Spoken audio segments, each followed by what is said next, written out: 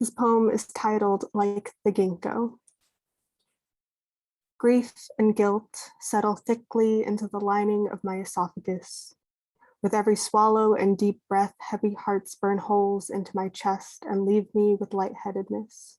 Weighted eyelids, desert dry after the flood. With pressured skulls and empty lungs, sighs despair and mimics one last breath. Grief and guilt.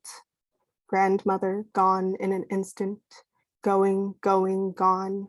Nothing to be done, nothing to be said, but grief and guilt that's been here before when someone wasn't dead, wasn't forgotten, wasn't unknown, where the ginkgo grew, where he grew, where she should have grown. Instead, memories collapsed like lungs, like hearts, like bodies and brains, nothing to be done, nothing to be said, but grief and guilt. Grief and guilt. Fan out gold across this celestial body. I've been here before, born again, only to die again, only to be reborn. Grief and guilt split between our broken blonde and bruised routines.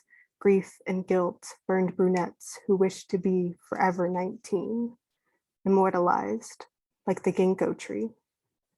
His voice is mine and mine is hers. Lost in winter, lost in spring, never to be found, never to be seen, grief and guilt, guilt and grief, until one by one, we all fall down, leaf by leaf. It's always me still left standing on my feet, with arms raised high, high above me, praying towards anything gold and green, like the ginkgo tree, like him and her, like you and me, like guilt and grief and the ginkgo tree.